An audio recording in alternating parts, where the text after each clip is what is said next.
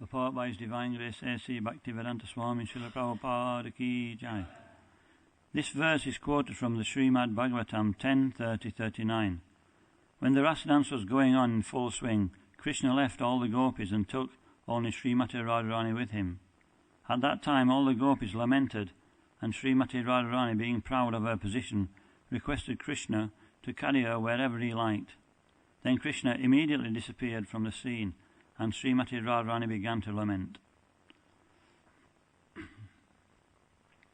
Om Gantimirandasya Garanjina Shalakaya Chakshuran Militam Jena Tasmai Shri Guruve Namaha Shri Chaitanya Manobishtam Stapitam Yena Bhutale Swayam Rupa Kadamayam Dadati Svabhadantikam Vandeham Shri Guru Shri Yuta Padakamalam Shri Gurun Vaishnavamscha Shri Rupam Sagajatam Sahagana Raghunatham Vitam Tam Sajivam Sadvaitam Savadutam Parijna Sahitam Krishna Chaitanya Devam Shri Radha Krishna Padan Sahagana Lalita Shri Vishakam Vitamscha He Krishna Karuna Sindhu Dina Bando Jagatpate Gopesha Gopika Kanta Radha Kanta Namostute Tapta Kanchana Gaurangi Radhe Vrindavanishwari Rishavanu Sute Devi Pranamami Hari Priye Panchakalpa Tarubhyascha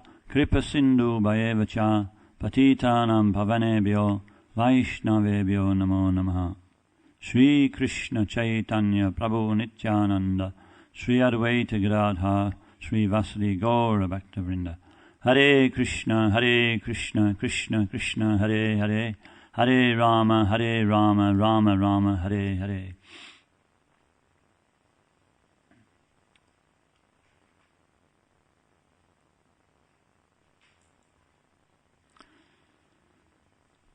So we didn't read the first part, how we came onto this particular section, so I'll read the verse before we started.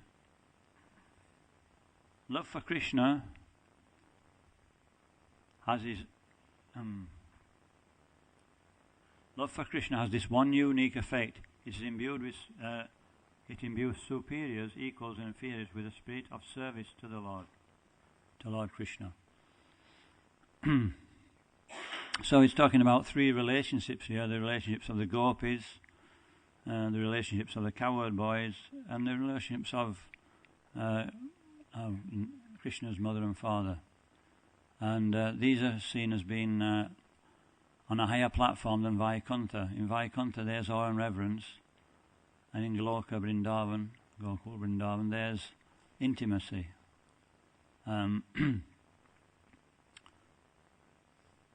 And so what the question is being asked is, how is it that these servitors of the Lord on this intimate platform of friend, parent and conjugal lover, that they're seeing Krishna as the Supreme Personality of Godhead in awe and reverence? It doesn't make sense. But I was thinking about material, even in material life, when we really love somebody, or in the material it's called lust, we're wanting something in return, but still there's affection there. If we're really attracted to somebody, then we actually internally worship that person. Is that right? And also, we see in relationships where the spouse they were very attracted, then we can see externally they sometimes worship that person. They're like a menial servant. So it's not a dichotomy. It's actually a natural consequence of a loving relationship. And so Krishna uses this attraction to increase a devotee's devotion. It says here, I'll read the verse about the cowherd boys, about the cowherd men, Nanda Maharaj.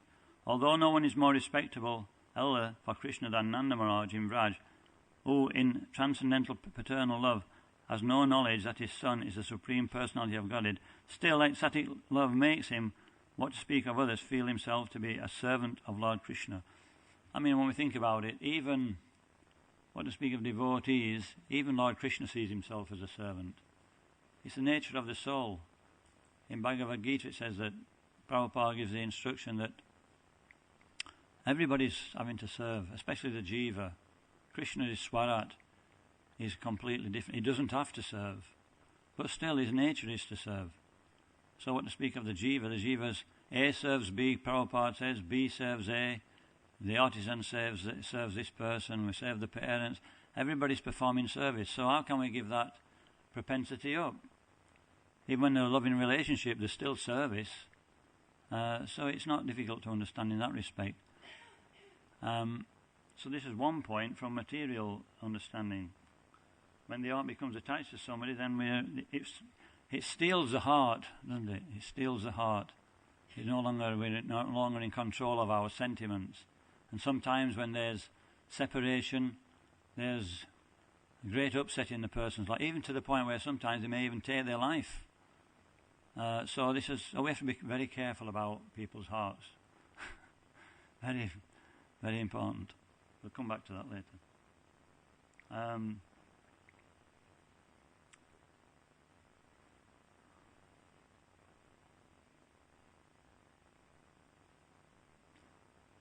So this verse, what we quoted here, it quotes a verse on this last one, in verse 71, from the Srimad Bhagavatam, about the Radharani. She's feeling, first of all, we'll go through the pastime, shall we, to get to this point. And what happened is that the Supreme Lord, he was wanted to fulfill the desires of the gopis. They'd asked to meet him in seclusion at one point. So he fulfilled that desire by one day he blew his flute. Which one was it? The Venu, was it? Or was it I can't remember which flute it was. Krishna has different flutes for different pastimes. And he blew his Murli, I think it was. And the sound of this flute is so enchanting that the gopis just forgot everything. When they were playing with their babies, they were serving their husbands, but they just dropped everything and they ran to Krishna. And so Krishna's fulfilling that desire. When they reached Krishna, Krishna also started to perform another pastime. It's not possible to tie Krishna down. The gopis thought, now we have Krishna. But then Krishna sort of said, oh, can I help you? Why have you come? So the gopis were completely dumbfounded. What do you mean, why have we come? We've just dropped everything to come here. We can't go back to our husbands anymore. We're outcast. In the Vedic society, somebody who's been outcast who's been outside their home, a woman, for more than one night, or for one night, then they can't go back. This would happen to Lord Ramachandra. Lord Ramachandra, he used to go in disguise into his kingdom to see what the citizens were speaking about, see if he was ruling properly. They even do that now, don't they? They send spies out, see if anybody's plotting against them, probably. not to find out whether they're doing the service properly, I don't think. Far from it. But anyway, and he heard two Sudranis arguing, man and wife, and the man said, I'm not like Lord Ramachandra. You've been out all night. I won't take you back. And Lord Ramachandra merely understood, whoa. And he made arrangements that, okay, Sita has to go. And so this was the situation of the gopis. They were in that situation where they couldn't go back, and Krishna actually was teasing them. And he was bringing out of them a more loving affection. And they started to argue with Krishna. And actually they defeated Krishna with philosophy. And so Krishna had to accept them, and that's when they performed the Ras dance. And of course, in the Ras dance, Krishna presented himself equally between each gopi. But they couldn't see that. And so Krishna knows the heart of the devotee. It seems like Krishna's been a little bit rough with the devotees. But the devotees don't mind, do they? Do they? In the Shastikam it says that if one can handle me roughly by his embrace, or make me broken-hearted by not being present before me. So Krishna actually did that. He saw that, wait a minute, there's a little bit of pride here. They're thinking that Krishna's only dancing with me. And one thing Krishna doesn't like in his devotee is pride. And so immediately he left. But what is that pride? Is there pride in the spiritual world? What do you think? Actually, it's described, I think I've explained this before, is that, as I say, Krishna knows the heart of his devotee, and the heart of his devotee is that he always wants to please Krishna. What's that verse in the Bhagavatam? The verse in the Bhagavatam says, the devotee is in the heart, Hridayo sadavo mayam, Hridayam sadham twaham, mananyate janati natebhyam manohapi. I'm in the heart of the devotee, and the devotee is always in my heart. I don't know anything but the devotee, and the devotee doesn't know anything but me. And so Krishna's in the heart of the devotee, he's in the heart of everybody, and he's understanding their desires. They're so in love with Krishna that they feel insufficient, that's the word. I can't serve him enough. This is the nature of devotional service. It has the opposite effect of pride. We become more and more insufficient, not proud, humble. And so he was thinking now how to give them that opportunity to increase their devotion. And so Krishna's pastime potency is in tune with Krishna also, his internal potency.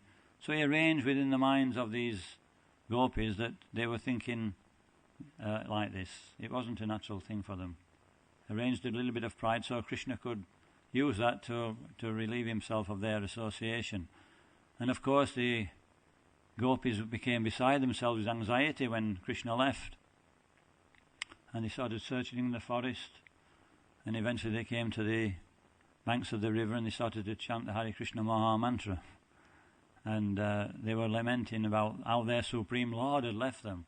How is that possible? Their Supreme Lord's left them.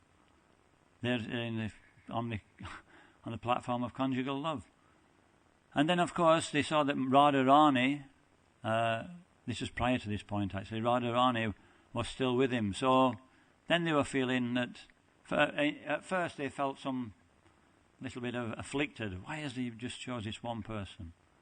But then Prabhupada explains that the nature of a devotee is that there may be a little bit of so-called envy there, but when he sees that, after a little time, when he sees that a devotee is advancing, if he's a real devotee, he becomes very satisfied, very happy. So then the gopis became happy that this fortunate girl had got Krishna's sole attention. So then Krishna then saw some pride in Radharani's heart by the internal potency, by the pleasure, by the pastime potency of the Lord. And this is the point we're at now in this Srimad Bhagavatam in the 10th chapter, 10th canto. And I wanted to read that actually, what the conversation was like. There we are. Would you like to hear the conversation? Yeah? So, Srila Vishwanath Chakravarti Thakur describes the following moving exchange. Radha says, "My Lord, I am being burned in the great fire of separation from you, and my life air is about to leave my body. Even in the greatest endeavour, I cannot maintain my life, but you are the Lord of my life, and you can quickly save me simply by glancing upon me. Please do it immediately. I beg you to save my life, not for my sake, but rather for yours. After giving up the other gopis, you've brought me so far as to a secluded place in the forest, just to enjoy special pastimes with me. If I die, you will not be able to find conjugal happiness anywhere else. You will remember me and thus lament in your sorrow." So this is one argument. Krishna replies, "So let me become unhappy. What does that matter to you? But you are most dear to me. I feel your unhappiness millions of times more than you. Even if I've already died, I still will not be able to tolerate the pain that even at one spot of the nails of your lotus feet may experience. Indeed, to prevent such pain, I am ready to throw my life away millions and millions of times. So kindly show yourself and drive away that unhappiness." Krishna: "But if your life air is on the verge of leaving your body, what can I do to stop it? Simply by the touch of your arms, which are a medicinal herb with the power to revive the dead, my body will return to its healthy normal condition, and my life air will automatically come back and remain in my body." But you know the forest path yourself without my help. So why did you order me, the king's son, and a very young and gentle boy, who is to be respected? Why did you command, take me wherever you wish? Why do you anger me like this? Radha cries, please show yourself to your wretched maidservant. Be merciful to me. Be merciful. When I ordered you, I was overcome by sleepiness. I was so tired from playing with you. Therefore, please excuse what your poor servant said. Please don't be angry. I was only because you treated me like such a close friend that I thought I'm unworthy, that I spoke like this to you. All right, my love. I am pleased with you, so please come to me. But I've been blinded by lamentation. I can't see where you are. Please tell me where you are. So we see that Krishna is put in a situation where she's become fearful. Some awe and reverence has seemed to creep in. So I was going to speak a little bit more about that.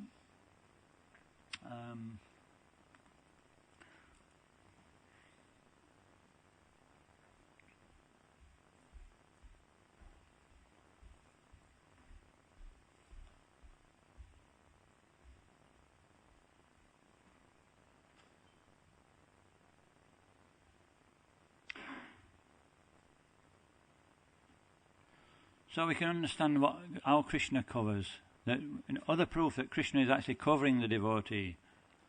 That even one which has a relationship of intimacy and not awe and reverence, then Krishna sometimes shows his opulence. He sometimes shows that. So just like Mother Yashoda, she was Balaram was playing with Krishna and the cowherd boys, and they came to Mother Yashoda and said, Krishna's been eating dirt. You should tell him not to do that, chastise him. So then she shouted, Krishna, have you been eating dirt? And he said, they're just ganging up against me. I've not been eating dirt. Look, you can look in my mouth. So Mother Yashoda said, open your mouth, let me have a look.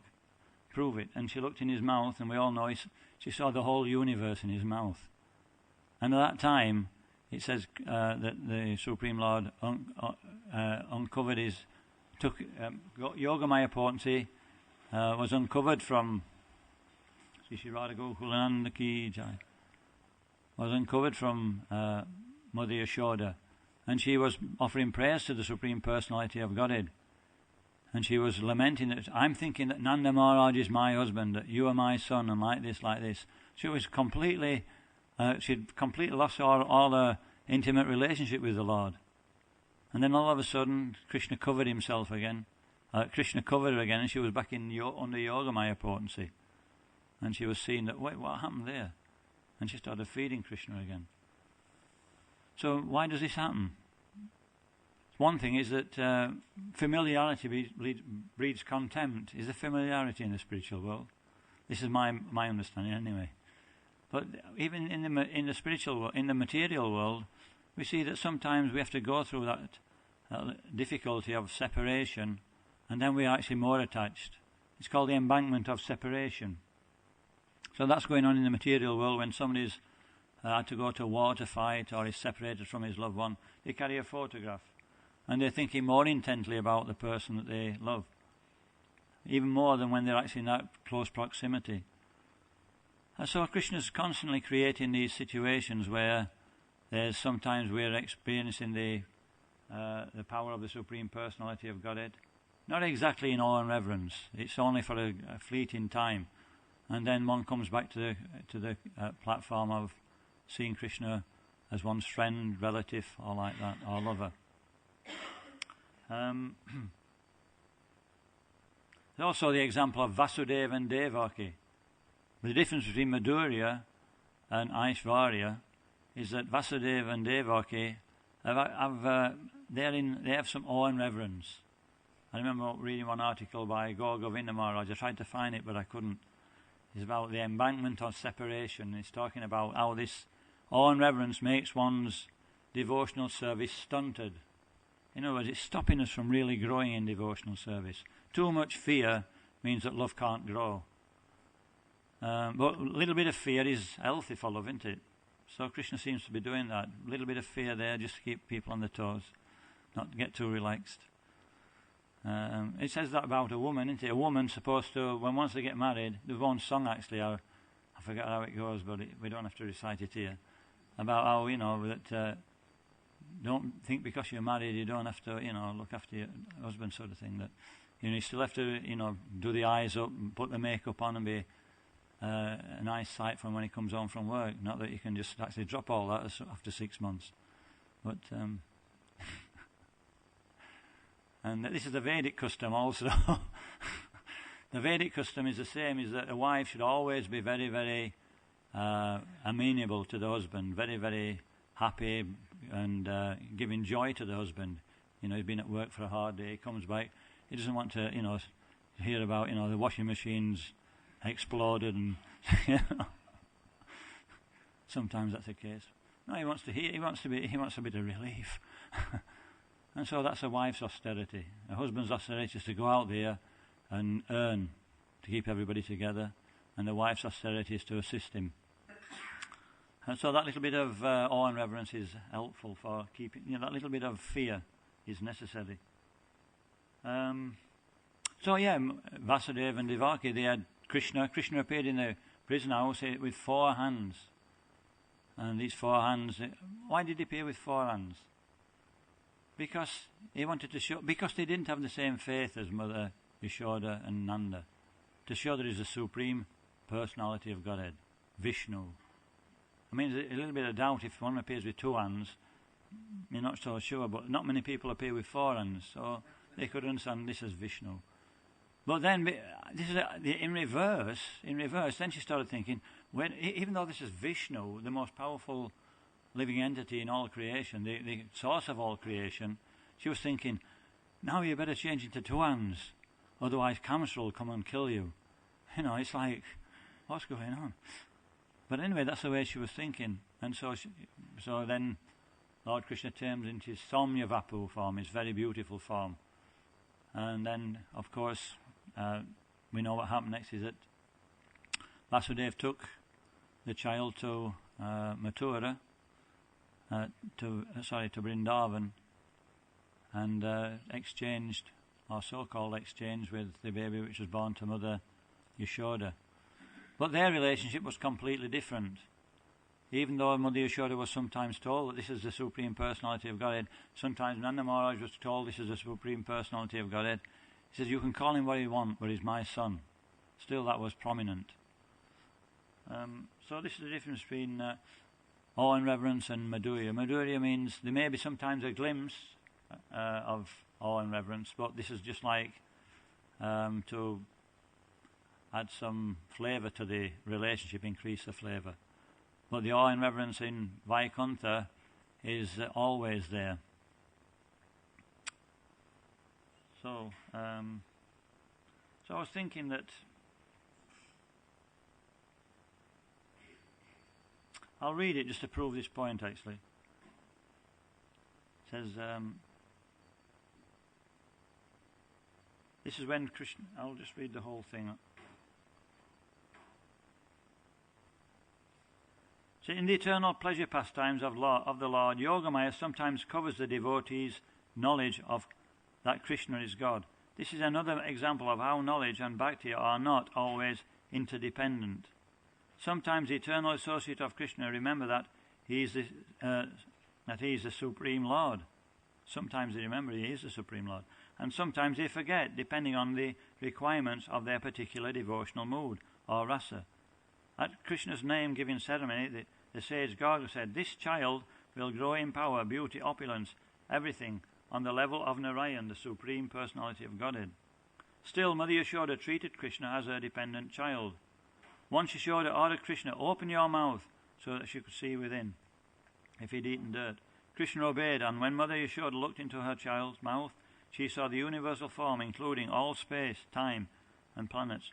Realizing that Krishna was the Supreme Person, she prayed, let me offer my respectful obeisance to the Supreme Personality of Godhead, under whose illusory energy I am thinking that Nanda Maharaj is my husband, and Krishna is my son, that all the properties of Nanda Maharaj belong to me, and that all the coward men and women are my subjects. But then Krishna expanded his internal potency to cover Mother Yashoda, sense of awe and reverence. with maternal affection. She immediately forgot that Krishna was God and again accepted him as her child. In cases like these, in the eternal pastimes of the Lord, knowledge of Krishna's divinity comes and goes, but always in the service of bhakti. It never comes under just awe and reverence. It's always to actually increase this pleasure potency. I mean, the whole purpose of Krishna's pastimes is it's ever-increasing bliss, isn't it? So we're also given what they call a foothold into those pastimes by this process of devotional service, which is being passed down by our acharyas, and most recently by Srila Prabhupada. I was thinking, so, Prabhupada is externally no longer here to give hands-on guidance. And so it says that what the leaders do, whatever activities are performed by a great man, common men follow in his footsteps. So actually all devotees are leaders. We may not appear to be leaders or seem to be leaders, but in real leadership, it means leading the general mass of people on the path of spiritual progression. And so Prabhupada expected all devotees in this movement to take that responsibility of preaching and actually becoming guru eventually. Guru, he said it's not a difficult thing, we just have to follow and pass on what we know. If we're a good follower, then we can actually teach. And so we're all acting in that capacity when we do some preaching. So it's incumbent upon us to understand that it's a great responsibility, and our dealings should be very, very pucker, just like Prabhupada's dealings were with his disciples. What attracted people to Srila Prabhupada? Was it his knowledge? Was it his charisma? Maybe his charisma to some degree, maybe because he was an Indian, because he was a guru, because he had saffron cloth. No, it was because he attracted their hearts.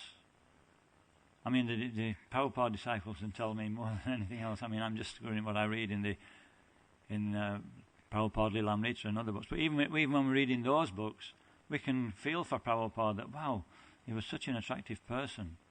But to actually be in Prabhupada's presence, he attracted devotees from very low-grade activities to become pure Vaishnavas.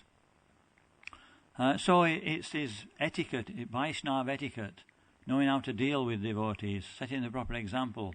So just like Krishna is dealing with his devotees very nicely, he's very attentive to his devotees. He's very careful not to spoil a devotee's ongoing progression of devotional service.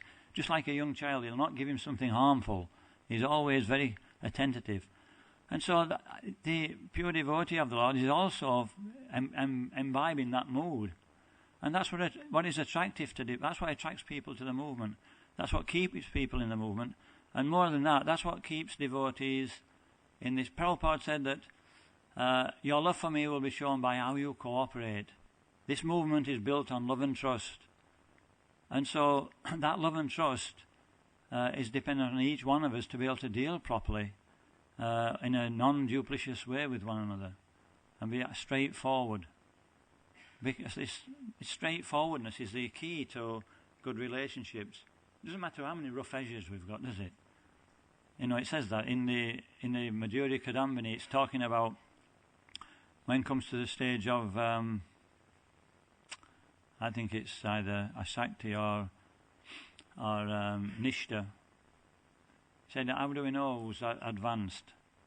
Maybe it's the good qualities that person is actually showing. He's starting to manifest all the good qualities of a devotee, all the good qualities of the demigods. Yes, this is in Shastra, this must be true. But actually, Vishwanath Chakravarti Thakur, he said, that may be there in somebody who's not a devotee to some degree. It may be external only. He says, how we can tell who's a devotee is that even though there may be rough edges, he doesn't say rough edges, he uses another word, but even though there may be so many anomalies there in his behaviour, if he's fixed in devotional service, he'd be considered actually relatively advanced in devotional service. And so, but still, That devotee's dealings are straightforward. There's none of this like going round here, keeping this one in the dark and like that, and then pulling the rug out from another one. You know, it's like, oh, God. You know what I mean? So it happens, doesn't it? So really seriously, if we have the rough edges, the point I'm making, even though, you know, we may not have the proper etiquette, if we're a straightforward devotee, people trust us. And that trust will make sure that, even in difficult times, I mean, one of the devotees I trust most is not even in this room. You know, in my heart of hearts, one of the devotees, if I were really in trouble, I'll not say what, I'd go to him, and nobody would actually dream that devotee was actually somebody worth taking shelter of. They go, forget it, you know, it'd be real. But just to emphasise this point, I heard that one devotee left his body in Mayapur a few months ago. They called him back. They called him back to Chris. I don't know what his initiated name was. Can you remember? He was initiated by Dayananda Swami, and he very rarely came to the temple. And he'd got a bad body. He'd got so many problems with his body. He had a stick. You know, he could hardly turn, and he weren't so old. And if anybody said that, you know, who are you going to bet to go back to Godhead out of all this lot? You know, he'd have probably been at the end of the queue, because he never comes to the temple. But one thing that always struck me is that when I recall, I thought, he was a perfect gentleman. He was straightforward as anything, and every time he spoke to him, he was in a happy frame of mind, even though he got so many problems. So, you know, these are the things we're looking for in a devotee, that somebody who's... Anyway, we're going off the subject a little bit. We were talking about non-duplicitous dealings, about being straightforward. Then this trust grows within one another, even though they may be devotees not on the highest platform. If we can trust somebody, then we'll take shelter. Because another thing is, if that devotee is straightforward, then Krishna can work in the heart of that devotee, isn't it? First thing is we have to come to grips with where we're at and be honest with ourselves, and then we can actually accept Krishna's mercy. If we're thinking we're somewhere else, how can we accept Krishna's mercy? How can we pass it on to anybody else? We have to become a via medium for Krishna's mercy. So that's the most important thing. Spiritual strength also helps us to get to that point where we're straightforward. If we haven't got spiritual strength, then we become crooked. We start to deviate because we don't have trust in the process. We don't have trust in Krishna. So these are some points that just came up as, from this particular verse, that Krishna's been very attentive to how he deals with devotees. So we should also think how attentive we are with devotees. And now, one of the most important things is that in the material world, everybody knows when they're going to be ripped off, don't they? They're getting ripped off every day. Actually, some things they don't know. They're very expert at keeping things some secret. But they're dealing with people who are like in that rip-off mode every day, so they know what to. So with a devotee, they can see it straight away. So we should be like Krishna. Try and be like Prabhupada. They're our guiding light. And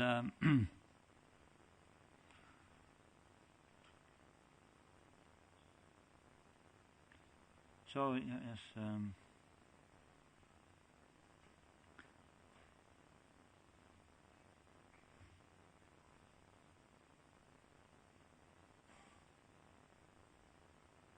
Sometimes we can use devotees in the name of pushing on the movement, can't we? You know what I mean? It's been done a lot in the past.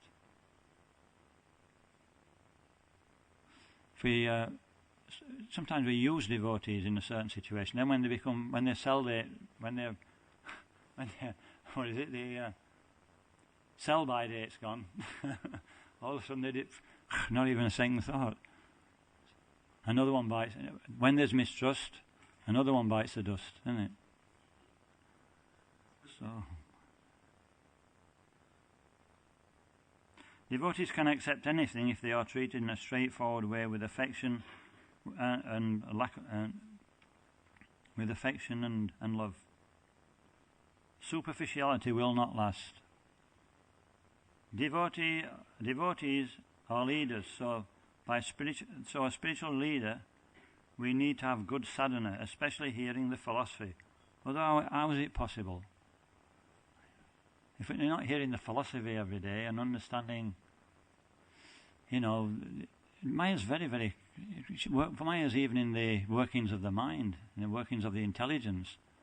And unless we're completely sharpening the intelligence, unless we're sharpening the intelligence every day by hearing Bhagavatam, and we're able to see where Maya's creeping into our own activities, we have to take time to do that. Sometimes we're too busy. Just like the person who was walking through the forest, and this person sawing wood. And then he got closer, and this person was profusely sweating like anything. A huge log, and he got this big bandsaw. And so he took notice. He was halfway through it. And he went through the rest of the forest to the other village and collected his wares, came back, and this...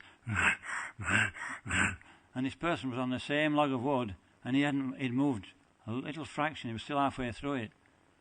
And he says to him, "Why don't you sharpen the saw?" And he says, "I ain't time." Anyway. So that's us, isn't it? We sometimes get into that. We've got to be so passionate. But what does passion end in? Passion ends in grief. So we have to be a little bit more thinking about the mode of goodness, doing the needful so that in the future we won't be in a griefful situation. Okay, so we can stop there. Srila Prabhupada ki jai.